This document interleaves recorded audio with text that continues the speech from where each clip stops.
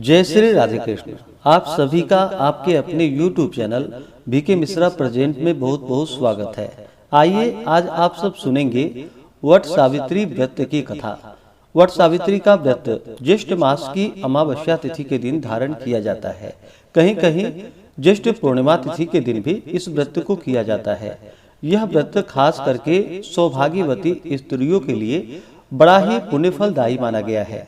इस व्रत को सौभाग्य की प्राप्ति हेतु, पति की लंबी आयु के लिए, पुत्र पौत्रादि की प्राप्ति हेतु तथा सभी प्रकार के समृद्धि की प्राप्ति के लिए इस व्रत को धारण किया जाता है। वट सावित्री के व्रत में महिलाएं इस दिन विशेष प्रकार से वट वृक्ष के नीचे, जो कि कहीं पे बड़ का पेड़ या बरगद का पेड़ कहा जाता है, तो इसके नीचे बैठ करके इस दिन पूरे विधि विधान के साथ पूजा की जाती है।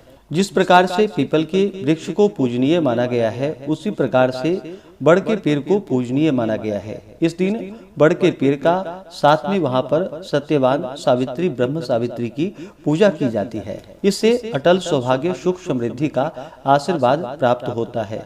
इस दिन पूरे विधि विधान के साथ गंध पुष्प धूप दीप आदि से पूजा करनी चाहिए और फिर कच्चा सूता लपेट करके, जो कि 7 परिक्रमा की जाती है। कहीं कहीं इस व्रत को निर्जला रहते हुए धारण किया जाता है। कहीं कहीं पूजन संपन्न होने के बाद जो कि वही प्रसाद ग्रहण किया जाता है, और बहुत से जगहों पर जो कि अगले दिन जाकर के व्रत का पारण किया जाता है। सभी जगह मनाने की अपनी अपनी परंपरा है, तो सभी अपनी परंपराओं के अनुसार इस व्रत को धारण करें। तो आइए सुनते हैं वट सावित्री व्रत से जुड़ी हुई पौराणिक कथा। तो बोलिए प्रेम से सावित्री माता की जय, सर्वदेवी देवता की जय। कथा के अनुसार भद्र देश के एक राजा थे, जिनका नाम अश्वपति था। भद्र देश के राजा अश्वपति के यहाँ उनकी कोई संतान न थी। उन्होंने संतान की प्राप्ति के लिए मंत्रोच्चारण के साथ प्रतिदिन 1 लाख आहुतियां दी। 18 वर्षों तक यह कर्म चलता रहा।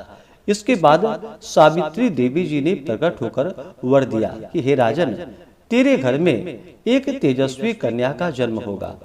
सावित्री देवी की कृपा से जन्म लेने के कारण से कन्या का नाम सावित्री रखा गया। कन्या बड़ी होकर बेहद रूपवान हुई। योग्य वर न मिलने की वजह से सावित्री के पिता बहुत दुखी थे। उन्होंने कन्या को स्वयं वर तलाश करने के लिए भेजा। सावित्री तपोवन में भटकने लगी। वहां शाल्व देश के राजा दुमतसेन रहते थे, क्योंकि उनका राज्य किसी ने छीन लिया था। उनके पुत्र सत्यवान को देखकर सावित्री ने पति के रूप में उनका वरण किया। ऋषिराज नारद जी को जब यह बात पता चली, तो वह राजा अश्वपति के पास पहुँचे और कहा, हे राजन, यह क्या कर रहे हैं? सत्यवान गुणवान है, धर्मात्मा है और बलवान भी है, पर उसकी आयु बहुत छोटी है। वह अल्प आयु है। 1 वर्ष के बाद ही उसकी मृत्यु हो जाएगी। ऋषिराज नारद जी की बात को सुनकर राजा अश्वपति घोर चिंता में डूब गए। सावित्री ने उनसे कारण पूछा, तो राजा ने कहा कि पुत्री, तुमने जिस राजकुमार को अपने वर के रूप में चुना है, वह अल्प आयु है। तुम्हें किसी और को अपना जीवन साथी बनाना चाहिए। इस पर सावित्री ने कहा कि हे पिताजी, आर्य कन्याएं अपनी पति का एक ही बार वरण करती है। राजा एक ही बार आज्ञा देता है और पंडित एक बार ही प्रतिज्ञा करते हैं, और कन्यादान भी एक ही बार किया जाता है। सावित्री हट करने लगी और बोली कि मैं सत्यवान से ही विवाह करूंगी। राजा अश्वपति ने सावित्री का विवाह सत्यवान से कर दिया। सावित्री अपने ससुराल पहुंचते ही सास ससुर की सेवा करने लगी। समय बीतता चला गया। नारद मुनि ने सावित्री को पहले ही सत्यवान की मृत्यु के दिन के बारे में बता दिया था। वह दिन जैसे जैसे करीब आने लगा, सावित्री धीरे धीरे अधीर होने लगी। उन्होंने 3 दिन पहले से ही उपवास शुरू कर दिया।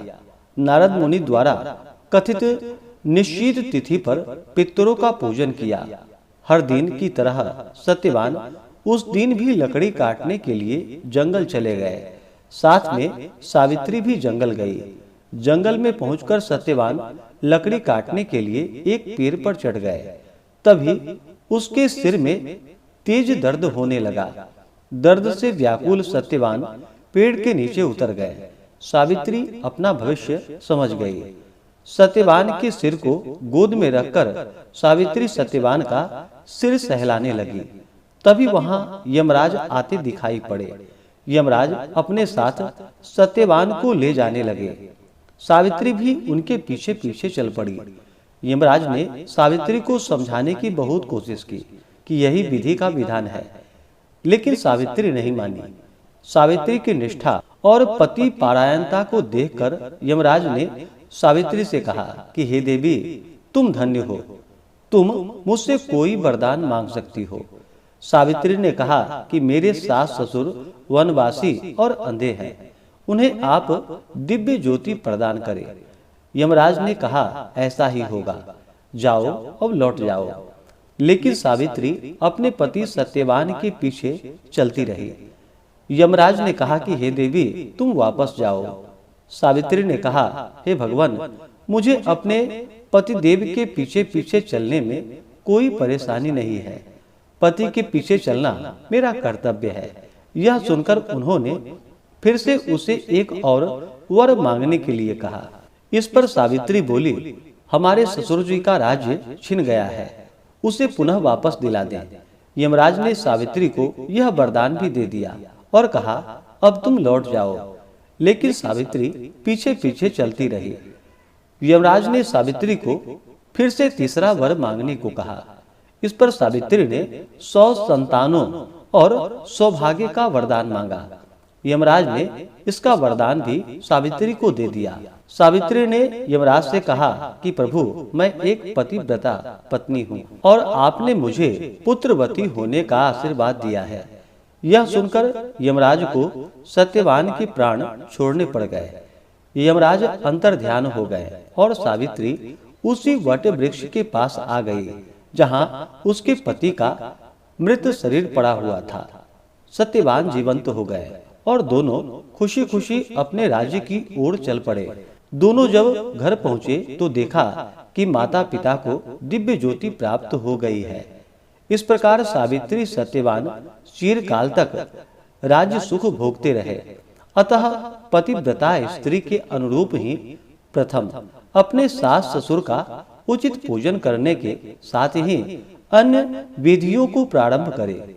वट सावित्री व्रत करने और इस कथा को सुनने से उपासक के वैवाहिक जीवन या जीवन साथी की आयु पर किसी प्रकार का कोई संकट नहीं आता है, और संकट आया भी हो तो वह टल जाता है। तो बोलिए प्रेम से सावित्री माता की जय, सर्व देवी देवता की जय। तो आशा करता हूँ कि यह जानकारी आपको अच्छा लगा हो। इसी प्रकार से ज्ञानवर्धक जानकारियाँ प्राप्त करते रहने के लिए, व्रत पूजा के बारे में जानने के लिए, कथा को सुनने के लिए चैनल पे अगर आप पहली बार आए हैं तो चैनल को लाल बटन दबा करके सब्सक्राइब करें, साथ में बेल आइकन घंटी को दबाएं ताकि आने वाली वीडियो का नोटिफिकेशन आपको समय से मिलता रहे। वीडियो को लाइक करें, शेयर करें। सुखी रहें और स्वस्थ रहें। जय श्री राधे कृष्ण। धन्यवाद।